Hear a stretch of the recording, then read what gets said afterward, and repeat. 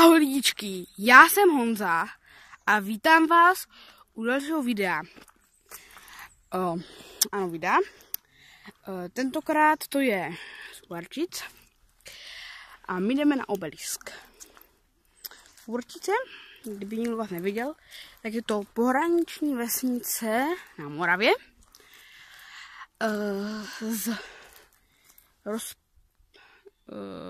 s zámkem takovým, který by se mohl opravit. A novým hotelem. Novým hotelem. Penzionem. Tak nějak. A pokoje v něm jsou pojmenované podle cyklistů. Tak. Hakujeme to na ten obelisk, kterou jsem ještě já nikdy nebyl. Ale babička s dědem ano, takže já se pokusím najít teďka. Ho někde bude. Mám jít někam dozadu. Zaberu trošku ten rozpadlý zámek. Tak. A jdu. Výborně, tak. Že.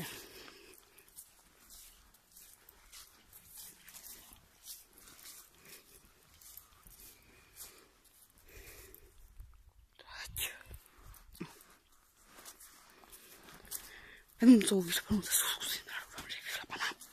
Takže.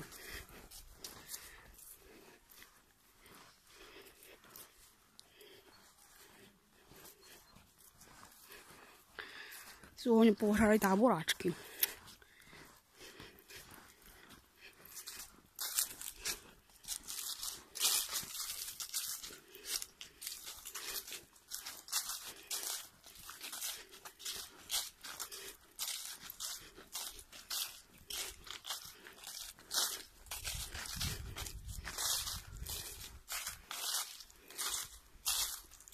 Že?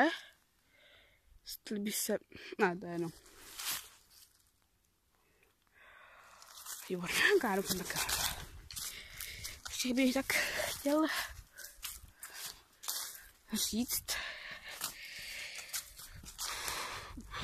říct. Nevím, to mám říct. Ale teď mám co říkat v videu.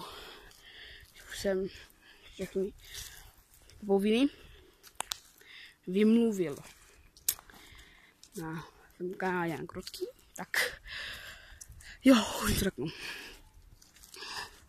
Tak mě napadlo, že bych udělal, jakož bych měl už 3 kanály, což teda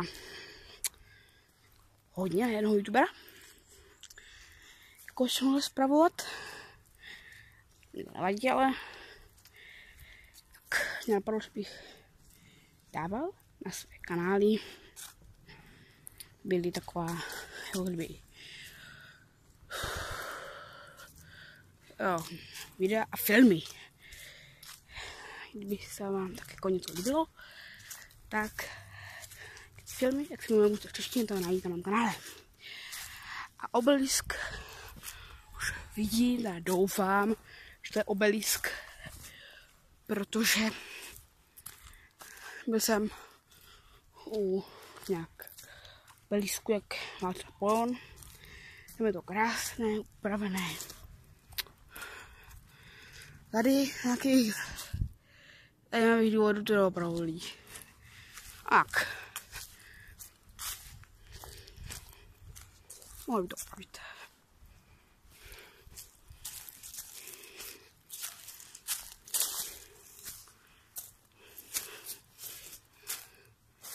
Takže.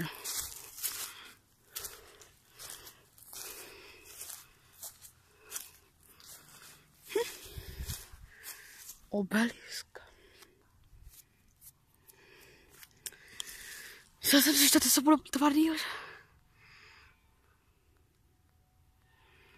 Takže já si tak během toho půl roku, nebo ne půl roku, ale několika měsíců, jsem mohl zprovoznit ten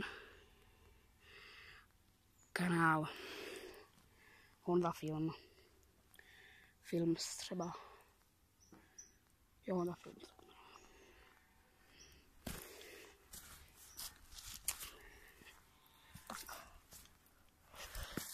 Tak.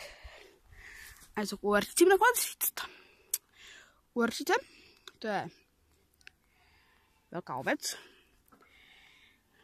Potřebovala by renovaci.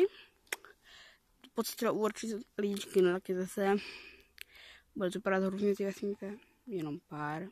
Jedna. No.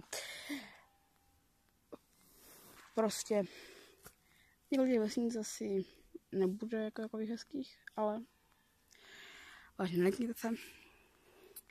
Odebírejte můj kanál, nezapomeňte dát like a odběr.